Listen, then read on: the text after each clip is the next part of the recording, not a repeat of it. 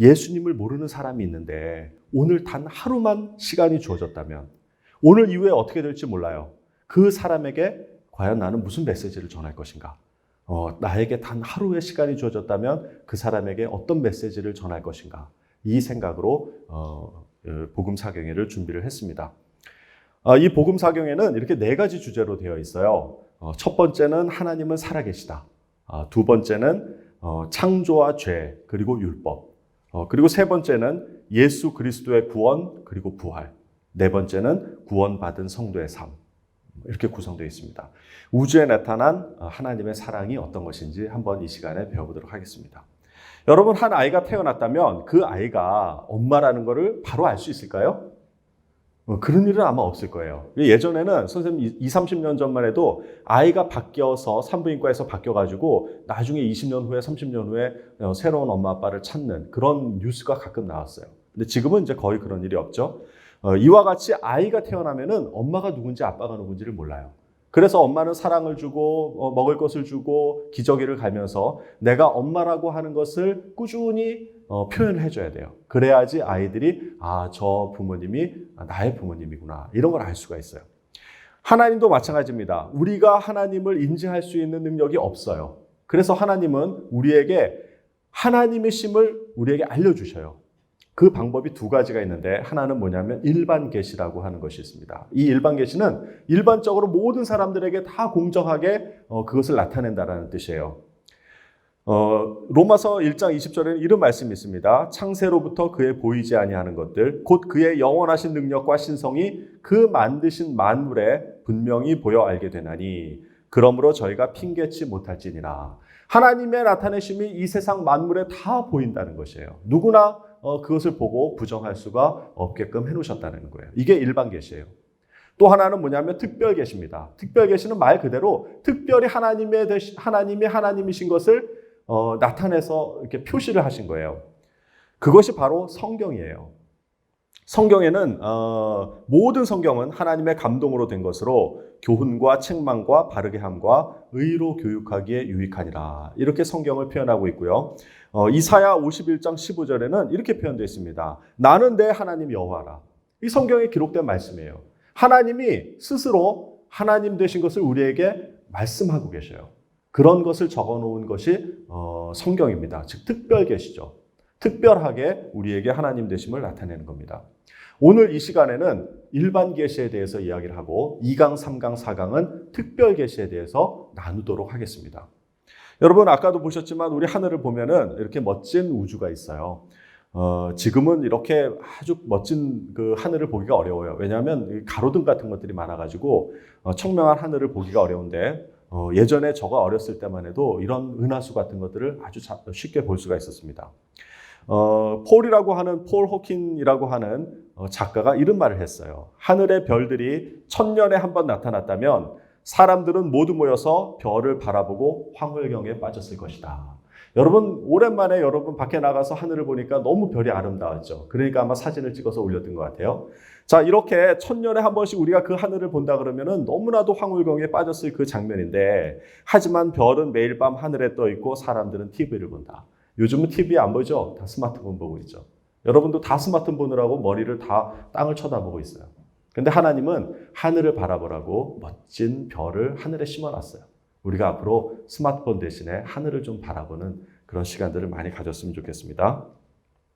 여러분은 이 밤하늘에서 무엇을 보십니까? 저기 보면은 노란 사각형이 하나가 있어요.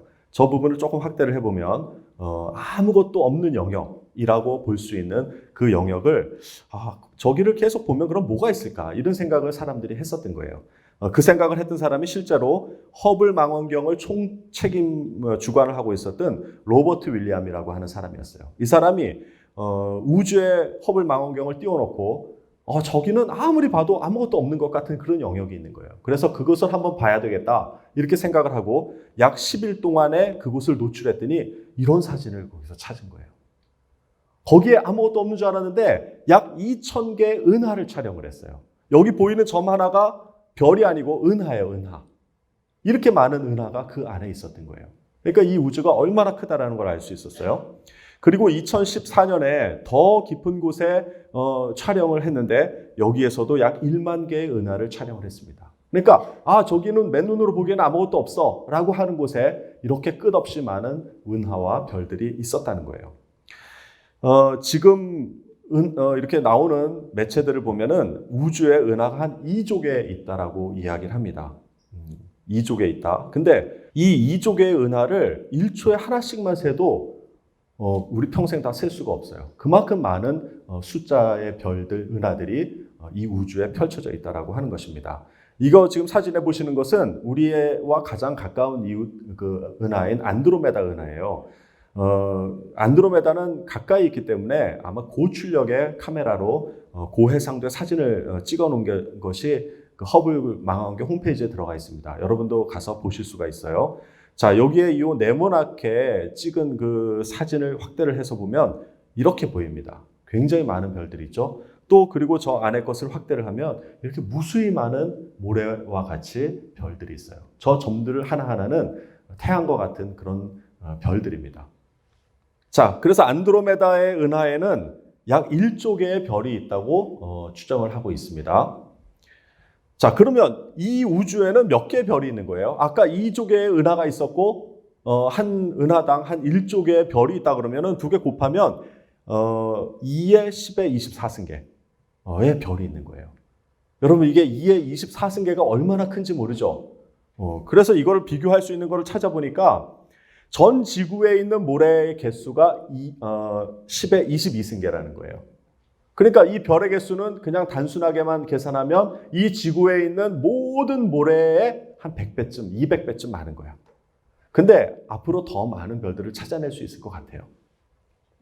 자, 그만큼 이 우주가 넓고 우리가 상상할 수 없을 만큼의 별들이 있어요. 태양 같은 별들이 10의 24승계가 있다는 거예요.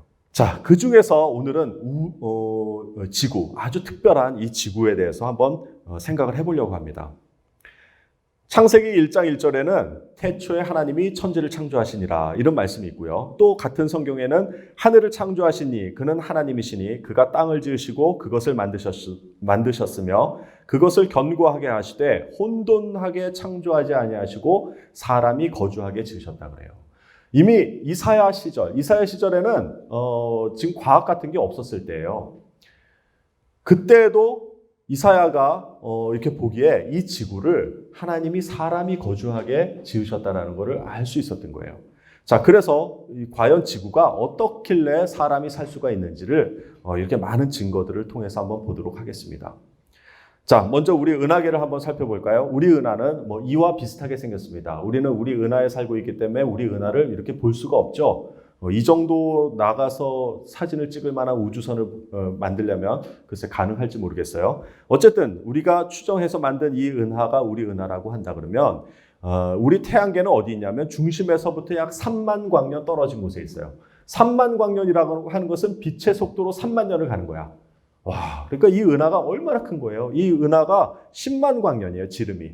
그러니까 10만 년 빛의 속도로 달려야만 끝에서 끝에 갈 수 있는 거대한 은하 속에 약 3만 광년, 중심에서 3만 광년 떨어진 곳에 우리 태양계가 있다는 거예요. 근데 이게 왜 여기에 있냐 이렇게 살펴보니까 너무나도 재밌는 게 뭐냐면 이 녹색으로 칠해진 이 환 안에 있는 그 별에서만 생명체가 거주할 수 있다는 거예요.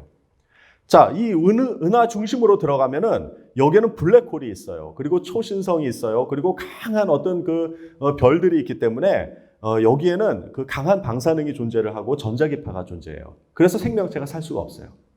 그러면 요 녹색 바깥에는 어떻게 되어 있냐면 여기는 산소나 마그네슘이나 이런 그 생명체에 유익한 그런 그 기체가 적고 메탄이나 이런 가스들이 많아요. 그러니까 이 바깥의 지역에 있는 그 태양계가 있다면은 거기도 역시 사람이 살 수 없는 곳이 됩니다. 그래서 아주 묘하게도 이 녹색 그린존, 선생님이 여기 이렇게 칠해 놓은 그 지역에만 생명체가 살 수 있다고 합니다. 태양계가 바로 그 위치에 있는 거예요. 자, 그리고 태양계를 조금만 더 자세히 보면은 이 태양계는 태양계 전체 질량의 99.8%를 차지해요. 그러니까 뭐 대부분의 질량은 태양이 가지고 있는 거예요. 그러니까 어마어마하게 큰 질량을 가지고 있는 겁니다. 여기에 이제 우리 지구 같은 행성들이 8개가 있죠. 자, 그런데 이 태양을 가만히 보면은요, 이 안에서 수소폭탄이 터지는 것 같은 엄청난 그런 그 반응들이 일어나요. 이게 핵융합 반응이라고 하는데요. 우리 그 신의 공동체 시간에 지금 학생들이 이걸 배우고 있어요. 근데 태양이 그 안에서 엄청나게 많은 폭발들이 일어나고 있는데도 그 폭발량의 변화율이 0.1%도 안 되게 굉장히 안정적으로 폭발하고 있다는 거예요. 그래서 이 태양의 열과 빛이 지구에 굉장히 안정적으로 비춰주고 있어요. 만약에 이것이 굉장히 들락달락하게 폭발하고 있다 그러면 우리는 어떨 때는 너무 뜨겁고 어떨 때는 너무 추워가지고 금방 죽을 수도 있단 말이에요. 근데 이것이 아주 안정적으로 우리에게 전해지고 있다는 겁니다. 자, 그런데 이 태양에서는 이 수소폭탄 같은 것들이 폭발을 하면서 엄청난 방사능과 전자기파가 나와요. 그리고 또 이제 빛과 열도 나오죠. 이런 것을 태양풍이라고 하는데 이 태양풍을 우리가 직접 맞으면은 우리가 죽게 돼요. 생명체가 살 수가 없게 됩니다. 그런데 이 태양풍이 어떤 역할을 하냐면 태양계 밖에, 즉 그 은하의 중심에서부터 오는 여러 가지 방사능과 유해 물질들을 차단하고 있다는 거예요. 그래서 태양풍이 이 태양계를 보호하고 있는 거예요. 참 놀랍죠? 자, 그러면 이 태양계에서 나오는 그 방사능과 전자기파는 어떻게 되냐 하면 이것이 역시 지구를 통과하게 되는데 이 지구에는 자기장이 있어요. 여러분, 나침반이 그 자기장의 그 증거를 보여주는 거잖아요. 이 자기장이 이 그림과 같이 이 자기장도 빛이기 때문에 이 빛으로 이 지구를 둘러싸요. 그러면 이 태양풍에서 오는 좋지 않은 방사능을 다 차단을 해주는 그런 역할을 하고 있습니다. 그래서 안전하게 지구가 생명체가 살 수 있도록 그렇게 해주고 있어요. 그 증거가 이제 극광이라고 하는 오로라라고 하는 극지방에 나타나는 이런 빛이 그 증거라고 볼 수 있습니다. 굉장히 아름답죠? 저도 한번 가서 이런 거를 보고 싶어요. 자, 그리고 태양에서 지구까지의 거리가 1억 5천만 킬로미터라고 되어 있는데요. 또 요게 아주 생명체가 살기에 가장 적합한 그런 거리입니다. 그래서 이 태양계 내에서도 생명체 거주 가능 영역이라고 이렇게 그린존으로 되어 있는데 앞에 있는 네 행성인 수성과 금성은 태양과 너무 가깝기 때문에 생명체가 살 수가 없어요. 그리고 화성 이후에 있는 목성이라든가 토성이라든가 이 영역도 너무 태양과 떨어져 있기 때문에 추워서 생명체가 살 수 없을 거라고 생각을 하고 있습니다. 오직 지구가 있는, 여기 이제 표시로는 화성도 이렇게 그 생명체 가능 영역이라고 하고 있는데 사실 화성만 해도 너무 추워요. 그리고 자전이 이렇게 잘 안 돼가지고 이렇게 햇볕을 보는 데는 굉장히 뜨겁고 안 보는 곳에는 추워요. 그래서 생명체가 살 수가 없다고 지금 판단을 하고 있습니다. 그러니까 이 태양계에서도 오직 지구만이 생명체가 살아갈 수 있는 그런 환경에 그 존에 있는 거예요. 자, 그런데 그 외행성에 보면은 수금, 지화, 목토, 천해 이렇게 있잖아요. 근데 이 외행성에 목성과 토성이 이렇게 큰 비율로 차지하고 있는데 저 이게 예전에 왜 그런지를 몰랐어요. 왜 이렇게 큰 목성과 토성이 필요할까? 근데 얼마 전에 이런 그 일이 있었습니다.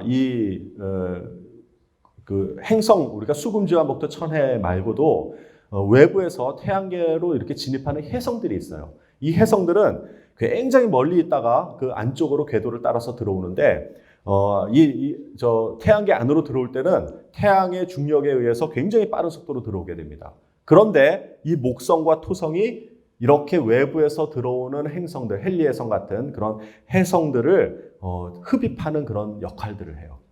목성이 중력이 굉장히 강하기 때문에 지구 안쪽으로 들어오는 내행성으로 들어오는 이런 해성들을 막아주는 역할을 합니다. 실제로 이 사진을 보면은 이 목성이 해성을 품는 중력으로 빨아들여 가지고 그 내행성 안으로 들어오지 못하게 하는 그런 장면을 찍어놓은 그런 사진입니다. 오른쪽 하단에 보면은 이렇게 흑백으로 되어 있는데 저게 이제 목성하고 충돌해서 굉장히 밝은 빛을 내고 있죠. 저 정도의 그 해성이 지구와 부딪히거나 지구의 근처에 온다 그러면 아마 지구는 멸망할 수가 있을 겁니다. 자, 그리고 지구의 대기권은 이렇게 산소와 질소층으로 되어 있는데 우리가 이제 생명을 유지하는데 굉장히 도움이 되는 그런 산소들을 품고 있죠. 근데 이 기능 말고도 목성과 토성이 이렇게 거르지 못한 그런 작은 그런 행성들이 있어요. 이런 것들이 지나가다가 지구와 부딪힐 때는 이 대기권에 들어오게 되는데 이 대기에서 모두 타서 없어지는. 그러니까 우리의 생명체를 보호하기 위해서 대기권이 이렇게 존재를 한다고 볼 수가 있죠. 그리고 지구는 지금 현재의 크기가 딱이에요. 딱 생명체가 거주할 만큼의 크기예요. 저는 그런 생각도 했습니다, 예전에. 지구가 좀 더 넓어서 땅이 더 많았다면 인류가 더 좀 풍성하게 살 수 있지 않을까, 이런 생각을 했었어요. 여러분도 그런 생각을 했는지 모르겠어요. 근데 이 지구가 정확히 이 사이즈여야만 생명체가 살 수 있다고 합니다. 지구가 지금보다 작아지면 중력이 약해져가지고요, 산소나 질소가 대기권으로 날아가 버려요. 그래서 산소를 가둘 수가 없어요. 근데 또 지구가 지금보다 이렇게 커지면은 메탄이나 암모니아 같은 것들을 내보내야 되는데 중력이 너무 커서 그런 가스들을 가두게 되는 거예요. 대기권 안으로. 그러니까 메탄이 여기에 이렇게 있으니까 역시 사람이 생명체가 살 수 없는 그런 곳이 된다고 합니다. 그러니까 지금의 사이즈가 가장 적절한 거예요. 자, 그리고 이 자전을 하죠, 지구가. 이 자전을 하는데 이 지구의 자전 속도가 시속 1600km 정도. 그러니까 비행기 속도의 약 1.8 정도 1.8배이고요. 소리 속도의 1.5배로 자전을 합니다. 굉장히 빨리 자전하는 거예요. 근데 이렇게 자전을 해야만 우리 생명체가 살 수 있다고 합니다. 이 자전이 만약에 2분의 1 느려진다 그러면은 어떤 현상들이 나타나냐면, 이게 천천히 도니까 해와 밤이 길어지는 거죠. 그죠? 그러니까 일교차가 극심해지는 거예요. 그러니까 더울 때는 엄청 덥고 밤에는 너무 추워지는 그런 현상들이 나타나서 생명체가 살기가 어려워져요. 근데 자전 속도가 2배 빨라지면 어떻게 될까요? 그러면 밤과 낮의 시간이 단축되는 거죠. 자, 그렇게 되면 원심력이 커지게 되고요. 바닷물이 적도 부근에서 이렇게 팽창을 하게 돼요. 원심력이 커지니까. 그래서 지각 변동이 일어나고요. 그리고 적도 부분에 있는 그 많은 그 육지들이 사라지게 되죠. 그리고 빨라지기 때문에 대기의 흐름이 빨라가지고 늘 태풍이 불어요. 이렇게 고요한 대기가 되지 않고 태풍이 불게 됩니다. 그래서 역시 사람이 살 수 없는 그런 공간이 될 수가 있어요. 그리고 여러분도 잘 알듯이 23.5도 자전축이 이렇게 약간 기울어져 있죠. 자, 이것은 이 23.5도가 기울어져 있기 때문에 사계절이 형성이 되고요. 그리고 태양의 에너지를 골고루 다 비칠 수가 있어요. 그리고 시뮬레이션을 해보면은 정확히 23.5도 정도가 기울어져야만 지구의 경작 면적이 높아져요. 여러분, 그것도 참 놀랍죠? 그래서 가장 곡창지대가 어디에 있어요? 약 북위 40도 정도. 우리나라보다도 그 더 위쪽에 있는 그쪽에 밀생산지라든가 이런 게 많거든요. 왜 그러냐면 23.5도 기울어져 있기 때문에 여름에는 그쪽 지역에 태양이 굉장히 많이 쬐요. 약 18시간 정도까지도 태양이 거기에 쪼이기 때문에 곡식이 굉장히 잘 자랄 수가 있습니다. 그래서 이 자전축이 정확히 23.5도 기울어져 있기 때문에 생명체가 살기 쉽다고 합니다. 23.5도보다 더 크면은요, 온도 차이가 극심해지고요. 더 작으면 계절의 변화가 생기지 않아가지고 사람이 살 수가 없는 곳이 됩니다. 자, 이렇게 지구의 몇 가지 지금 요소들을 봤는데, 요 몇 가지만 보더라도, 참 저게 저렇게 우연히 될 수 있을까 싶을 정도로 사람이 살기에 기가 막히게 설계가 되어 있는 거예요. 자, 그런데 여기 또 달이라는 것이 존재를 합니다. 지구의 행성이죠. 자, 이 달은 지구의 자전축을 잡아주는 역할을 해요. 여러분, 팽이가 이렇게 돌 때 원심력이 커질 때는 모르지만 약간 팽이가 속도가 줄면 흔들거리죠. 예, 마찬가지예요. 지구도 아주 원심력이 세서 막 그렇게 하면은 사람이 다 날아가니까 정확하게 이 아주 기가 막힌 속도로 돌아야 되는데, 그렇게 되려면 자전축이 흔들려요. 그런데 이 달이 그 자전축을 잡아주는 역할을 하는 거예요. 자, 이 중화일보에 이런 기사가 있었어요. 만약 달이 없었다면, 그러면 이 달에 그 저항이 없기 때문에 지구의 자전 속도는 점점 빨라지고요. 그 다음에 밀물과 썰물이 없어져가지고 부패해가지고 수중생물이 살 수가 없어요. 그리고 하루가 짧아져서 8시간 정도밖에 안 될 거라는 거예요. 그리고 자전축이 이렇게 팽이가 막 요동치듯이 막 요동을 쳐서 결국 거기에는 사람이 살 수가 없게 된다고 합니다. 그러니까 달이 저게 왜 있느냐 하면 우리가 살게 하기 위해서 하나님이 거기다 만들어 놓으신 거예요. 자, 그럼 달이 2개면 어떻게 될까요? 조수간만의 차이가 심해져가지고 엄청 높은 300m가 넘는 파도가 친다고 그래요. 그리고 하루가 길어지겠죠. 왜? 그 중력이 세지니까 자전 속도가 느려질 겁니다. 그 자전 속도가 느려지면 온도차가 서로 극심해지기 때문에 역시 사람이 살 수 없는 곳이 돼요. 그러니까 지구에는 달이 딱 하나 있어야 되는 거예요. 자, 이거는 제가 그 비율대로, 지구와 달의 비율대로 한번 그 그림을 그려놓은 건데, 이렇게 멀리 떨어져 있어요. 사실 달이 바로 여기 있는 것 같은데, 이렇게 멀리 떨어져 있어요. 이 거리가 38만 4천 킬로미터예요. 요 거리를 가려면 자동차로 한 160일 정도, 그리고 KTX로 53일, 비행기로는 약 18일 정도를 가야 되는 그런 거리입니다. 근데 참 묘하게도요, 이 달과 지구 거리 안에 지구의 다른 행성들이 여기에 다 들어갈 수 있는 그렇게 넓은 먼 거리입니다.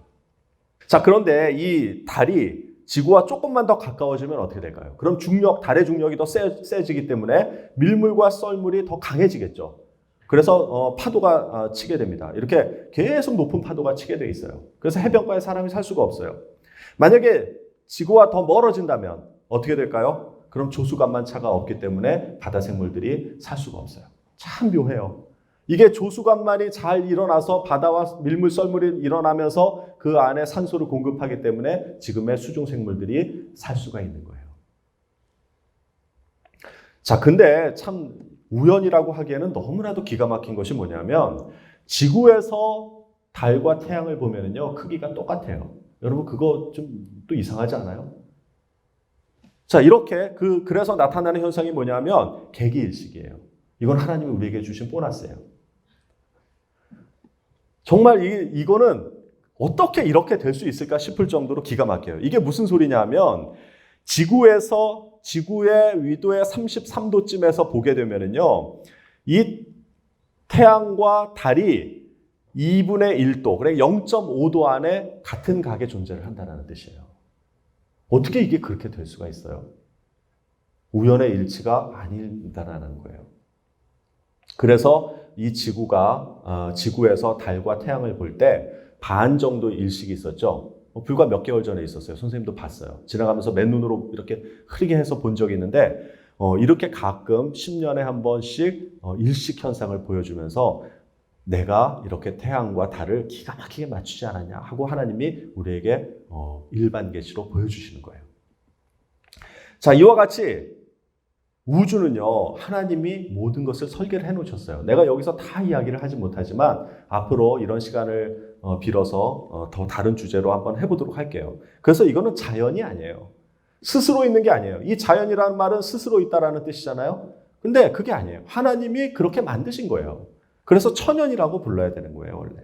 자, 근데 케플러 프로젝트라고 하는 게 있어요. 이게 뭐냐면 과학자들은 이 지구 같은 행성이 또 있을 거다. 그래서 그걸 찾는 거야. 그럼 그 안에는 생명체가 살고 있을 것이다. 그래서 이제 외계 행성을 찾는 프로젝트인데요. 이 외계 행성이 과학이 발달하면서 이렇게 기하급수적으로 찾아지고 있어요. 그러니까 2014년까지 데이터를 보면은 예전에는 이렇게 조금씩 찾아지다가 지금은 뭐 한 해에 막 900개, 1000개 이상을 찾을 수 있어요. 한 해에. 자, 근데 이 데이터들을 분석을 해봤어요. 이거는 이 홈페이지에 케플러 프로젝트라고 하는 홈페이지에 들어가면 여러분도 다 보실 수가 있어요. 한번 잘 보세요. 자, 이 외계 행성들을 조사를 해보니까 저 파란 점들처럼 저런 분포를 가져요. 이게 뭐냐 하면 질량과 그다음에 이게 공전 회전수예요. 그러니까 질량에 따라서 어떻게 회전하는가를 이렇게 봤는데 저 파란색들이 일반 우리가 관찰하고 있는 그런 행성들이에요. 외계 행성들. 그런데 이 녹색으로 크게 써놓은 칠해놓은 것이 태양계에 있는 행성이에요. 여러분 이거 얼핏 보세요. 이 태양계에 있는 행성들이 되게 독특하죠. 그러니까 외부에 있을수록 독특한 거예요. 전체적인 파란 점들은 다 저쪽 위에, 왼쪽 위에 있는데 지구, 금성 이런 태양계에 있는 행성들은 외부의 바깥쪽에 있어요. 그러니까 특별하다라는 거예요. 그래서 외계 행성을 발견하고서야 태양계가 결코 보편적이지 않다라는 것을 과학자들이 알기 시작한 거예요. 자, 이거는 뭐냐면 공전 주기와 행성의 질량, 그러니까 질량과 공전 주기의 비교표를 그린 거거든요. 저렇게 보면은 녹색 행성, 그 다음에 빨간 행성 이런 것들을 다 관찰을 해보면은요, 지구는 아주 바깥쪽에 있죠. 그러니까 지구는요, 되게 독특한 행성이라는 거예요. 공전 주기는 긴데 질량은 되게 작아요. 그러니까 이런 게 없는 거예요, 거의. 자, 그리고 또 지구를 또 어떻게 보냐면 공전 주기와 공전 주기별로 별의 개수를 한번 봤어요. 그러니까 공전 주기라고 하는 것은 우리는 지구를 한 바퀴 도는데 365일 걸리잖아요. 그래서 지구가 여기에 있는 거예요, 여기. 여기에 365일 때는 요 지점에 있는데 대부분의 외계 행성은 어디냐면 그 공전 주기가 50일 미만이에요. 그러니까 50일도 안 되게 굉장히 빨리 그 자기의 별을 도는 거예요. 공전 주기가 빠른 거죠. 거의 대부분은요, 20일이에요, 20일. 한 달도 안 되게 한 바퀴를 도는 거예요. 또 질량도 커요. 그러니까 보통 그게 외계 행성들의 보편적인 분포예요. 근데 지구는요, 작으면서도 365일 길게 돌게끔 해놨어요. 왜? 사람이 살게 하려고. 여러분, 이런 데서는 사람이 살 수가 없어요. 그런 데서는 대기가 형성되기가 힘들고요. 산소가 만들어지기가 힘들어요. 그리고 너무나도 바람이 세기 때문에 있어도 여기서는 생명체가 살 수가 없는 거예요. 그러니까 이렇게 분석을 해봐야 지구가 아주 특별하구나. 뭐든지 검사할 때마다 아주 특별한 지구를 느끼게 되는 거예요. 여기 보면은 이거는 뭐냐면 행성 반경. 그러니까 굉장히 큰 행성들이 많은데 지구는요 아주 작아요. 그런 행성들이 또 많지도 않아요. 아주 특별하죠. 그래서 어떤 과학자는 지구와 같은 행성이 존재할 확률이 10의 99승분의 1이래요. 여러분 아까 우리 별이 몇 개라 그랬죠? 10의 24승계라 그랬죠? 와, 그러니까 그거에서 별 하나를 찍는 것보다도 더 희박한 확률로 지구가 생길 수 있는 확률이라는 거예요. 그러니까 이게 확률적으로 태어날 것이라고 생각하는 순간 지구는 제로예요. 이거는 제로예요. 10의 99승분의 1은 제로예요. 수학적으로. 그러니까 아주 지구는 특별한 행성이라는 거예요. 그러니까 이 말씀 가운데 하나님께서 사람이 거주하게 지구를 만드셨다라고 하는 것이 타당성이 있는 말씀인 거예요. 자, 이와 같이 지구에 우리 몇 가지 그 상황들을 봤잖아요. 아주 특별하게 생명체가 살 수 있는 그런 요소들이 자전축이라든가 공전이라든가 거리라든가 이런 회전이라든가 이런 것들이 달의 유무라든가 이런 것들이 아주 구체적으로 하나도 어긋남 없이 다 맞아야만 우리가 지금 여기서 살 수 있는 거예요. 여러분 이게 우연이 됐다라고 생각하십니까? 선생님이 늘 이 얘기를 하죠. 이 책 한번 읽어보세요. 이상하고 거대한 뜻밖의 질문들. 거기에 이렇게 되어 있습니다. 우주가 탄생하고 태양계가 형성되고 지구가 생겨나고 생명이 발생하여 현재 인류와 같이 진화할 이 상황에 다다를 확률은 10의 마이너스 1230승이라고 한다. 100분의 1이나 1000분의 1의 수준이 아니다. 10의 1230승분의 1이다. 확률로 보면 거의 있을 수 없는 일이라 할 수 있다. 하지만 지금 우리는 그 있을 수 없는 확률 위에서 살아가고 있다. 이게 하나님을 알지 못하는 과학자가 내릴 수 있는 유일한 결론인 거예요. 여러분 10의 1230승이라고 하는 거는요. 이건 상상을 할 수가 없는 거예요. 이거는 그냥 수학으로 계산한 거니까 이렇게 된 거지. 여러분 지나가다가 선생님은 가끔 그래요. 선생님 타고 다니는 차가 8859거든요. 그러면 자동차 4자리가 동일하게 맞을 확률이 몇 분의 몇이에요? 만분의 1이잖아. 그죠? 4자리니까 그 4자리 중에 내 번호와 맞을 확률이 만분의 1이에요. 여러분 나는 여태까지 차 타고 다니면서 8859를 본 적이 없어요. 진짜 유심 있게 볼 때가 있어요. 만분의 1 맞추는 것이 굉장히 힘들어요. 그런데 이거는 지금 만분의 1이면 10의 4승분의 1이에요. 근데 지금 여기에 우리가 생명체로 존재할 확률이 10의 1230승분의 1이라는 거예요. 여러분 이거를 윤하부 선생님이 계산을 하셨어요. 그게 뭐냐면 로또가 대한민국 로또가 178번 맞을 확률이래. 그래서 맨날 얘기하잖아. 로또가 처음 한 번 맞으면 우리 어떻게 돼요? 너무 기쁘겠지. 야, 그것만 해도 정말 인생의 대박이라고 다들 그러잖아요. 근데 2번 연속 맞았어. 이러면 막 이제 신문에 와서 막 취재를 할 거예요. 어떻게 2번 연속 맞았냐. 3번 연속 맞으면 해외 토픽에 나간다고 그랬잖아요. 로또가 3번 연속 맞을 확률이면은 해외 토픽에 나가요. 그런데 4번 연속 맞으면은 어떻게 된다고? 그 다음에 경찰이 들어오는 거죠. 조작했다고. 그런데도 5번 연속 맞고 6번 연속 맞으면은 그거는 조사할 필요도 없어요. 바로 구속이에요. 여러분, 이와 같이 로또가 연속 5번, 6번 맞아도 사람들이 와서 조사를 하는데 어떻게 로또가 178번 맞을 확률로 우리가 존재한다고 하는데 여러분 왜 조사를 하지 않아요? 여러분 그거 그냥 받아들이고 사는 거야. 근데 그게 아니라는 거예요. 이렇게 우리가 희박한 확률로 살아가는 것이 아니고 하나님이 그렇게 만드셨기 때문에 설계하셨기 때문에 우리가 여기 존재하는 거예요. 어떻게 로또가 178번 맞을 확률을 안고 살아가시겠습니까? 여러분, 우연이라고 하는 것은요, 없어요. 과학자들이, 하나님을 믿지 않는 과학자들이 만들어낸 단어에 불과한 것입니다. 우리의 하나님을 믿는 사람에게는 우연이라는 단어가 없어요. 하나님이 모든 것을 우리 인생 가운데 개입하시고 섭리하시기 때문에 우리는 우연이라는 것이 없다라는 거예요. 여러분, 이렇게 아주 특별한 지구, 이렇게 보니까 정말 감사하죠. 이거 하나만 오차가 나도, 이 중에 하나만 삐뚤어져도 우리는 살 수가 없어요. 그래서 우리가 이 지구를 귀하게 물려주고 보호를 해야 되는 거예요. 여러분, 이 노래 한번 들어보면서 잠깐 시간을 좀 갖도록 하겠습니다. 지금부터 내가 해주는 얘기 들어주겠니? 믿어주겠니? 옛날 어느 나라에 함께 살았던 왕자와 왕의 이야기 언제부턴가 그 나라에는 몹쓸 병이 돌고 있었대. 사랑과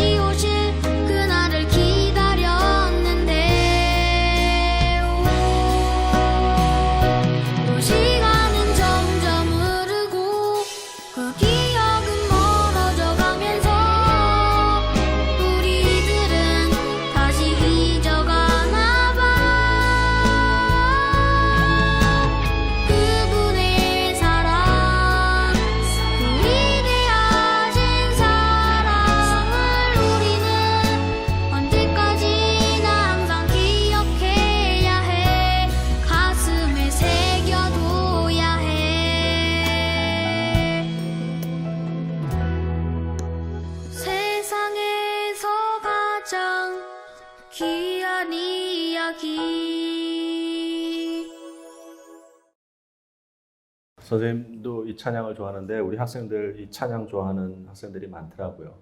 여러분 마음속에 꼭 기억해야 될 그 말씀이 오늘 여기서 나온 말씀이고요. 우리가 2강, 3강을 통해서 정말 그 이 귀한 말씀이 무엇인지를 더 배워나가도록 하겠습니다. 자, 우리가 아까 이제 한 것처럼 계시에는 일반 계시와 특별 계시가 있다고 했죠. 일반 계시는 모든 사람들에게 그것을 나타내는 거예요. 근데 어떤 사람은 인지를 할 수 있고 어떤 사람은 인지를 못 해요. 그래서 하나님이 특별하게 계시를 내주셨어요. 이 특별 계시는 그냥 성경이라고 하기보다는 성경에 있는 이야기 하나하나가 다 특별 계시예요.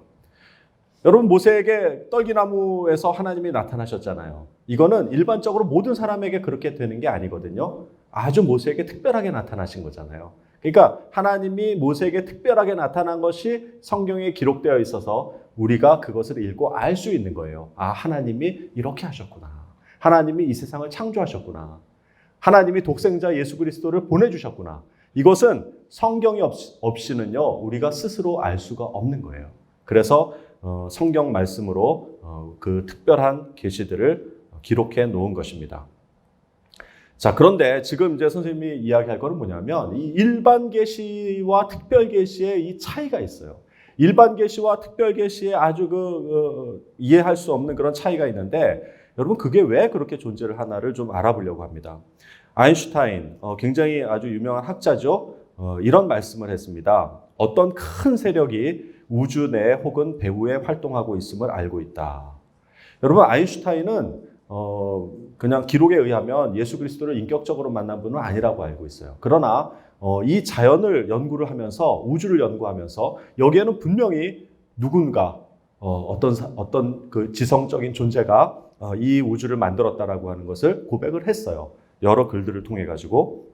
자, 그리고 여기 과학과 신앙과의 관계를 하버드대에서 강연했던 그 분이 있는데 이 레이저의 원리를 이용해 밝혀내 가지고 노벨상을 받은 분이에요. 찰스 타운스라고 하는 이 과학자가 하버드에서 강연을 하면서 이런 말씀을 했습니다. 과학자들, 특히 물리학자들은 이곳 지구는 매우 특별한 세계라는 것을 인정하고 있다. 모든 사물들은 사람들이 존재하기 위해서 정확한 질서와 체계를 유지하고 있다. 이곳 지구는 우주에서 환상적으로 특별한 곳이다. 그런데 어떻게 이러한 세계가 우연히 생겨날 수 있단 말인가? 사실은 아까 선생님이 몇 가지의 예를 든 것은 진짜 몇 가지에 불과해요. 선생님 여기 그 내용은 작성하지 않았지만 물만 해도 그래요. 물. 여러분 물이 왜 존재하는가를 물어볼 때 과학적으로 화학 원소가 이렇게 됐죠. 수소와 산소가 결합한 거죠. 라고 하지만 아니에요. 물론 그게 맞는데 물은요 생명체가 살 수 있게끔 그렇게 한 거예요. 이와 같이 지구라고 하는 것은 굉장히 특별하다라는 것을 많은 과학자들이 이야기를 하고 있습니다. 근데 에드워드라고 하는 한 과학자는 이렇게 얘기를 해요. 우주의 모든 것이 우연에 불과하다라는 것을 나는 믿지 못하겠다. 그렇다고 해서 내게 어떤 종교적인 신념이 있는 것도 아니다. 신이 있다고 믿지도 않는다. 나는 무신론자도 아니다. 불가지론자도 아니다. 저기에 뭐가 있는지 혹은 뭐가 있을지 나는 잘 모르겠다. 그러나 다른 한편으로는 우리가 아는 이 특정한 우주는 지성이라고 부를 만한 무엇인가가 있다라는 결과임에 틀림없다. 여러분 이 사람이 여기서 이렇게 쓰는 거는요. 내가 뭔지 이런 걸 다 떠나서 아무것도 몰라도 되는데 그 한 가지 알아야 될 것은 뭐냐면 아주 특별한 지성이 이 우주 안에 있다라는 거예요. 여러분 이와 같이 과학자들은요. 일반 계시를 알아요. 일반 계시라고 하는 것은 이 자연과 우주를 통해서 이것은 어떤 특별한 지성이 있구나. 큰 세력이 있구나. 거대한 에너지라고 있구나. 지성이라고 부를 만한 무엇인가 있구나. 라는 것까지는 아는 사람들이 많이 있어요. 그런데 이분이 바로 이 거대한 지성이 성경에서 말하는 여호와 하나님이라는 것은 인정하지 않아요. 왜 그럴까요? 선생님도 예전에 수학을 공부하고 과학을 공부하면서 이렇게 생각을 했던 것 같아요. 정말 이 우주를 이루고 있는 아주 거대한 법칙들이 있어요. 만유의 인력의 법칙이라든가 우리가 지금 할 수 없는 엄청나게 많은 그런 법칙들이 아주 빈틈없이 이 우주가 다 돌아가고 있는데 과연 이 거대한 세력, 이 법칙을 만든 사람이 그런 분이 성경에서 말하는 그 여호와 하나님일까? 의심을 가진 적이 있었어요. 이렇게 일반 계시와 특별 계시 사이에는 일반 계시까지는 믿지만 특별 계시를 못 믿는 사람들이 많이 있었어요. 그 이유가 뭐냐면 그런 이성적인 충돌이 있기 때문에 그래요. 성경 안에는 자연을 보면은요, 그게 이해가 돼요. 아, 거대한 세력이 있다. 그런데 성경을 보는 순간 그것이 다 무너지잖아요. 왜? 예수님이 무리를 걸어가요. 죽은 사람이 살아나요. 구약 성경에 보면은 정말 자연스럽지 않은 그런 일들이 많아요. 심지어는 자전을 멈추는 일도 있어요. 그죠? 성경을 읽다 보세요. 전쟁 중인데 기도를 하니까 하나님한테 그 기도를 하죠. 그래서 해가 그냥 그 골짜기에 머물러 있었던 적이 있어요. 거의 종일토록 내려가지 않았다 그래요. 여러분, 그게 무슨 뜻이에요? 지구의 자전을 멈춘 거예요. 여러분, 이렇게 과학적으로 말도 안 되는 일이 성경에 기록되어 있단 말이에요. 그래서 일반 계시와 특별 계시의 어떤 충돌이 일어나는 거예요. 특히 과학자들이 보기에는 더 그런 거예요. 성경을 믿는다라고 하는 것은 과학을 버려야 되는 그런 엄청난 그 결과들을 초래하는 거예요. 저도 그랬었어요. 아니, 이성적이지 않은 걸 어떻게 믿어요? 자, 그렇기 때문에 일반 계시까지는 거대한 그런 어떤 지성은 인정하지만 특별 계시에서 말하는 그 여호와, 이 세상을 창조하신 여호와 하나님이 그분이라고 하는 것은 믿을 수가 없는 겁니다. 그래서 학생들이 이런 질문들을 해요. 선생님, 어떻게 사람이 무리를 걸을 수 있어요? 어떻게 죽은 사람이 살아갈 수 있어요? 그리고 선생님, 어떻게 하나님이 선악과를 따먹을 줄 알면서도 선악과를 만들었을까요? 저는 그런 하나님 못 믿겠어요. 이런 학생들이 있었습니다. 그래서 이런 학생들하고 대화를 나눌 때 선생님이 그 예를 하나 든 거를 한번 좀 나눠보려고 합니다. 빌립보서에는 이런 말씀이 있습니다. 내가 기도하는 것은 여러분의 사랑이 지식과 모든 통찰력으로 더욱더 풍성하게 되어서 여러분이 가장 좋은 것이 무엇인가를 분별할 줄 알게 되는 것입니다. 이게 세 번역으로 말씀을 적어 놓은 것입니다. 여러분, 여기 보면은 이 붉은색으로 표시된 사랑이 풍성해지게 하는 도구가 뭐예요? 지식과 통찰력이에요. 여러분, 여기서 이 지식과 통찰력이 무엇인가를 좀 알아보려고 합니다. 그래서 지식이라고 하는 것은 우리가 뭐 과학적인 지식 이런 것이 아니고 하나님을 아는 지식이에요. 그래서 이 부분에 대해서는 2강과 3강에 대해서 더 자세히 나눌 것이고요. 오늘은 통찰력이 무엇인가를 한번 알아보도록 하겠습니다. 여러분, 그 이집트 벽화가 있어요. 이집트 벽화를 보면은요, 좀 이상한 점이 있어요. 저기 사람을 보면은 좀 독특하죠. 근데 저게 유치원도 요즘 저렇게 유치원생도 그리지가 않는데 저기 보면 깃털이나 새 같은 걸 보면은 굉장히 세밀하게 묘사가 되어 있어요. 그런데 사람을 그릴 때는 조금 이상하게 그렸어요. 여러분, 이게 그러면 잘못된 그림일까요? 다른 벽화를 봐도 마찬가지예요. 다른 동물들은요, 아주 굉장히 세밀하게 잘 그렸는데 유독 사람만 이렇게 독특하죠. 눈은 앞을 바라보고 있고 얼굴은 옆을 바라보고 있고. 자, 근데 여기 벽화라고 하는 이집트 벽화에 보면은 그 정원이라고 하는 그 주제가 있는데 이건 더 이상해요. 연못은 위에서 바라보고 있는데요, 나무는 옆에서 바라보고 있고요. 그 안에 있는 오리들은 또 옆으로 가고 있고요. 수초들도 옆으로 가고 있어요. 그러니까 굉장히 다양한 관점들이 여기 혼재되어서 사용되고 있더라는 거예요. 자, 이것이 뭐냐면 정면성의 원리라고 하는 겁니다. 사물의 특징을 가장 뚜렷하게 보여주는 면에서 묘사해가지고 되도록이면 사물의 형태를 온전하게 전달하기 위해서 쓰는 기법이에요. 사람의 얼굴이 옆에서 볼 때는 그 특징이 가장 잘 드러나고 또 눈은 정면을 볼 때, 발은 옆면, 옆모습 위에서 볼 때, 물고기는 누워있을 때 그 형태가 온전하게 드러나기 때문에 이런 기법으로 그림을 그린 거예요. 그러니까 이거는 잘못 그린 그림이 아니고 뭔가 그 당시에 사람들이 후세대 사람들 혹은 다른 나라 사람들에게 그 자기의 문화를 설명하기 위해서 이렇게 의도적으로 왜곡해서 그려놓은 거예요. 그렇죠. 뭔가 메시지를 전하려고 하다 보니까 있는 그대로 보고 그리는 것이 아니라는 거예요. 이와 같이 모순과 왜곡이 존재를 하게 되는데 그것은 왜 그러냐 하면 이 현실 세계를 무엇인가를 이야기하고 메시지를 담기 위해서 그렇게 예전부터 고대인들부터 이런 기법들을 사용해 왔다는 거예요. 여러분, 이거 별이 빛나는 밤이에요. 빈센트 반 고흐가 그린 거 너무나도 유명하죠. 자, 이 그림을 그리고 있는 거를 어제 제가 가서 사진을 찍어 가져왔어요. 몰래 가서. 여러분 보면은 지금 봐요. 이 고흐가 그림을 그리기 위해서 캔버스에다가 아직 캔버스에 그 화판을 올리지도 않고 지금 촛불을 켜두고요. 이 마을을 보고 있어요. 피사체를 보고 있어요. 자, 그런데 지금 이 순간을 상상을 해봐봐요. 자, 이 밤입니다. 여러 가지 소리가 들려요. 지금 소리가 들리고 꽃향기가 나고 바스럭거리는 소리가 나고 그리고 저쪽에 폭풍우가 막 몰려오는 것 같은 그런 스산한 마음과 또 이 나무가 바람에 휘날리면서 내는 소리들이 들려요. 안 들리죠? 나는 들었어요. 어제 가서 사진 찍으면서.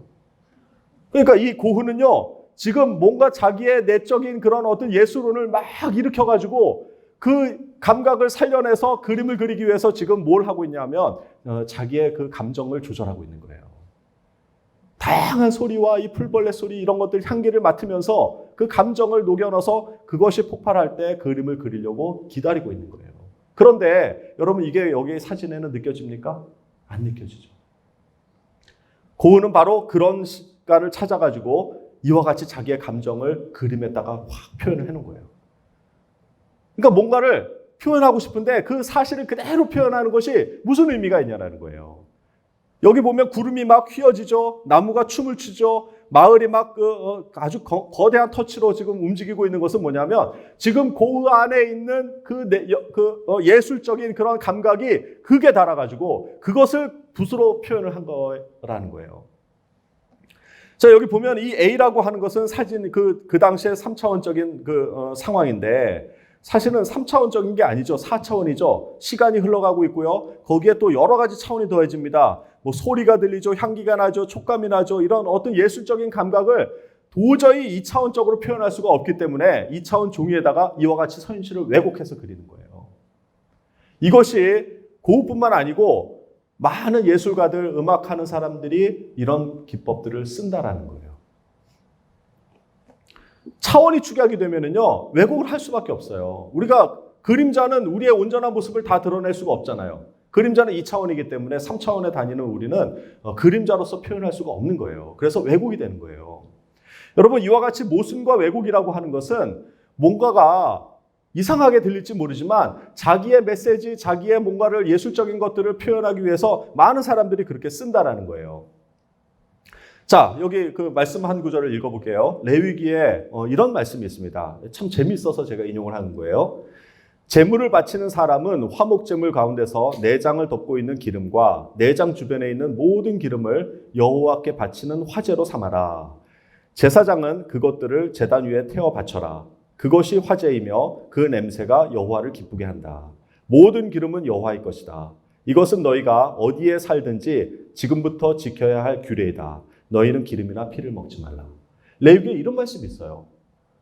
여러분 보세요. 이게 광야를 지나는 그 백성들은 지금 먹을 것이 별로 없는데 여러분들 삼겹살하고 내장, 곱창 얼마나 맛있어요. 여러분 진짜 좋아하죠. 우리 얼마 전에도 삼겹살 먹었는데 목살보다 삼겹살이 맛있는 이유가 뭔지 알아요? 기름이 있어서 그런 거예요. 여러분 그런데 여기 요 내용만 한번 표면적으로 봅시다. 그렇게 맛있는 기름을 어떻게 하라는 거예요? 다 태워서 바쳐라. 심지어는 모든 기름은 여호와의 것이다라고 율법으로 강하게 그걸 묶어놓는 거예요. 너희는 기름이나 피를 먹지 말라. 여러분 이렇게 요 글만 봤을 때는 레위기에 나타난 하나님의 속성이 뭔 것 같아요? 왜 우리 맛있는 거 우리 안 주고 왜 혼자 먹으려고 먹지 말라고 하지? 이렇게 생각할 수가 있다는 거예요. 그래서 이거를 보고 하나님은 욕심쟁이 이렇게 생각하면 안 된다는 거예요. 자, 지금은 과학이 발달해서 왜 그런지를 설명할 수가 있어요. 여기 보면 사람의 체온은 36.5도에서 37.5도. 그래서 우리가 요즘 코로나 때문에 37.5도 이상 되면은 병원에 가야 된다고 그러잖아요. 그러니까 운동을 해서 올릴 수 있는 체온의 최고치가 37.4도예요. 그 이상이 되면 이건 다른 이상 때문에 병에 걸렸다라고 보는 거죠. 그런데 이 양이라든가 염소라든가 돼지라든가 이런 걸 보면은 사람의 체온보다 높아요. 38도에서 40도 정도 분포를 보이고 있어요. 여러분 말 탈 때 말 안으면 어때요? 말 목에 이렇게 손을 대면 따뜻하죠. 굉장히 따뜻하죠. 옆에 있는 친구 될 때하고 말 될 때하고 한번 해보세요. 말이 더 따뜻해요. 자, 동물들은요 자기를 보호해야 되기 때문에 이렇게 체온이 높아져 있어요. 그리고 특히 초식 동물 같은 경우는 바스락 소리만 들려도 바로 튀어나가야 되거든요. 그러니까 온도가 높게 되어야만 자기를 보호할 수 있습니다. 근데 조류는 더 높아요. 닭이라든가 이런 경우는 41도, 42도까지 올라가거든요. 왜냐하면 날아가야 되기 때문에. 뭐 닭은 날지는 못하지만 어쨌든 다른 조류들은 뭔가 바스락거리면 날아가야 되기 때문에 항상 예열된 상태로 있어야 되는 거예요. 그래서 사람이 다른 동물보다 체온이 낮아요. 만약 이런 상태인데 돼지고기를 먹으면 돼지비계를 먹으면 어떻게 돼요? 닭고기, 닭비계 먹으면 어떻게 돼요? 온도가 2, 3도 정도가 떨어진 곳에서 그 기름이 우리 몸에 쌓이게 된단 말이에요. 그러면 그게 약간 끈적이면서 피에 섞여가지고 모세혈관 같은데 이렇게 쌓이게 돼요. 여러분 그것이 이제 잘못해서 뇌 혈관이 터지고 그러면은 심각한 그런 죽음에도 이르게 되는 거예요. 혈관에 문제가 생기는 거예요. 여러분 이게 과학이 이게 발달된 지가 얼마가 안 돼서 이런 이야기들을 할 수 있는 거지. 그 당시에 광야 시대에 이런 것들을 하나하나 설명하면서 너희들 기름 먹지 말아라 이렇게 할 수가 없는 거예요. 이해도 못하니까. 그래서 하나님이 우리의 생명을 보존하기 위해서 그 당시에 공동체 생명을 보존하기 위해서 강하게 율법으로 먹지 말라고 한 거 아닌가. 선생님은 그렇게 해석을 하는 거예요. 여러분 그러면 다시 한번 생각을 해봐요. 레위기에 나타난 하나님의 속성이 욕심쟁이가 아니고 그 내면을 볼 때 표면적으로만 읽을 때는 하나님이 우리 기름을 먹지 말라고 하니까 마치 우리를 그냥 통제하려고 하는 것처럼 율법이라고 보이지만 이 사실을 알고 나니까 이 안에 하나님의 어떤 속성이 느껴져요? 예, 사랑하기 때문에 우리를 그 강한 율법으로 묶어두는 거예요. 재밌는 거는 여기 그 피쉬 오일이라고 있는데 물고기는 이렇게 체온이 낮잖아요. 그래서 이 물고기는 상대적으로 뜨거운 우리 몸에 오면은요 더 물처럼 흘러요. 그래서 이 기름때를 닦아주는 역할을 해요. 그래서 여러분 그 오메가3 보면은 여기 정제 어유라고 되어 있거든요. 이게 무슨 뜻이냐면 물고기 기름이라는 뜻이야. 그래서 물고기 기름은 먹어서 혈행 개선에 도움을 줄 수 있는 기능식품이에요. 자, 그래서 이렇게 하나님은 우리에게 강한 율법으로 그 당시에 묶어뒀던 거예요. 자, 그래서 이 안에 사랑이 존재를 하죠. 근데 그 사랑이라고 하는 것이 우리 눈에 느껴져요? 안 느껴져요? 어떨 때는? 이거는 무형이기 때문에 느껴질 수가 없어요. 그래서 율법이라고 하는 그릇에 담을 수밖에 없는 거예요. 여러분에게 사랑하는 부모님이 여러분을 사랑하지만 어떨 때는 말 안 들으면은 잔소리하고 때로는 야단도 치죠. 여러분 그것 때문에 부모님이 나를 사랑하지 않는다라고 그렇게 하면 안 되는 거예요. 부모님이 여러분을 사랑하기 때문에 여러분에게 율법으로 구속할 수가 있는 거예요. 그 율법으로 사랑을 담는 그릇으로 쓰는 거예요. 자, 우리가 아까도 봤죠. 모순과 왜곡과 이 율법이라고 하는 것은 뭐냐면 그 안에 진리, 내가 표현하고자 하는 어떤 메시지, 사랑이라고 하는 것을 담을 수 있는 그릇이라는 거예요. 그래서 표면만 보면은 모순이처럼 보이고 표면만 보면 왜곡돼 보이고 표면 속에서는 나를 속가매는 그런 어떤 율법처럼 느껴지는 것이지만 그러나 그 안에 진리와 사랑을 꿰뚫어 볼 수 있는 능력이 뭐냐면 통찰력이라는 거예요. 그래서 하나님의 사랑을 알려면 겉에 보이는 것만 가지고는 안 된다는 거예요. 통찰력을 가지고 그 안에 그 정말 진정한 의미가 무엇인지를 여러분들이 생각을 하고 꿰뚫어 볼 수 있는 그 능력을 가져야만 그 안에 진리와 사랑을 느낄 수가 있는 겁니다. 여러분 그래서 저는 그 생각을 한 거예요. 일반 계시와 특별 계시에 이런 어떤 충돌과 모순이 일어나는 것은 왜 일어날까? 왜 성경에는 일반 계시에 나타난 자연 현상을 무시하는 일들이 일어날까? 이것 때문에 참 고민을 많이 했었는데 여러분 이게 하나님이 우리를 사랑하기 때문에요. 그냥 일반적인 용어로 하지 않아요. 여러분 진짜 사랑하는 사람들은요 자주 싸워요. 여러분 옆집 아저씨랑 싸워요? 혹시? 엄마랑 많이 싸워요. 옆집 아줌마 아저씨랑은 사이 좋죠? 가면 옆집 아줌마 아저씨가 뭐 사탕 주고 막 이렇게 하죠. 근데 엄마는 어떻게 해요? 맨날 싸워요. 전화해가지고 여러분도 하면 엄마 아빠랑 자주 싸워가지고 삐지고 그런단 말이야. 근데 왜 그러냐 하면 사랑하기 때문에 그런 거예요.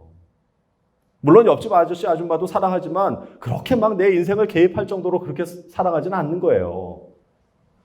자, 그래서 일반 계시는 뭐냐면 하나님이 우리에게 보편적으로 우리를 사랑하신다는 증거인데 특별 계시라고 하는 건 뭐냐면 너무나도 사랑하기 때문에 이 일반적인 자연 현상으로는 도저히 말을 할 수가 없는 거예요. 그래서 그 자연 현상을 왜곡시켜 버리는 거예요. 그게 기적인 거예요. 그래서 성경에는 기적을 기록하고 있는 거예요. 만약에 어떤 사람이 이 성경을 믿기 위해서 자기가 인간적으로 썼다 그러면 그런 기적을 빼야죠. 물로 포도주를 만들었다? 야, 이건 말도 안 돼. 이건 빼야 돼. 그리고 빼고서 기록을 했을 거예요. 그래야 사람들이 믿지. 그래야 우리가 예수를 신으로 받들어서 우리 종교가 더 커지지. 만약에 그런 목적이라 그러면요. 예수가 죽은 자 가운데서 부활했다? 이건 말도 안 되는 얘기야. 빼야 돼. 이걸 누가 믿겠어? 그렇게 뺐을 거예요. 그러나 성경에는 그런 기적들이 그대로 다 기록되어 있습니다. 당연한 거예요. 하나님이 우리를 사랑하셨기 때문이라는 거예요. 여러분, 제가 이거를 수학을 공부하면서 이해를 못했었어요. 어떻게 성경에는 저 기적과 같은 초자연적인 일들이 일어날까? 이거는 이해를 못하겠다. 그런데 선생님이 이 히브리서 1장 1절부터 3절 말씀을 읽으면서 내 마음이 다 무너져 버렸어요. 여러분 한번 같이 읽어봅시다. 옛적의 선지자들을 통하여 여러 부분과 여러 모양으로 우리 조상들에게 말씀하신 하나님이 이 모든 날 마지막에는 아들을 통하여 우리에게 말씀하셨으니 이 아들을 만유의 상속자로 세우시고 또 그로 말미암아 모든 세계를 지으셨느니라.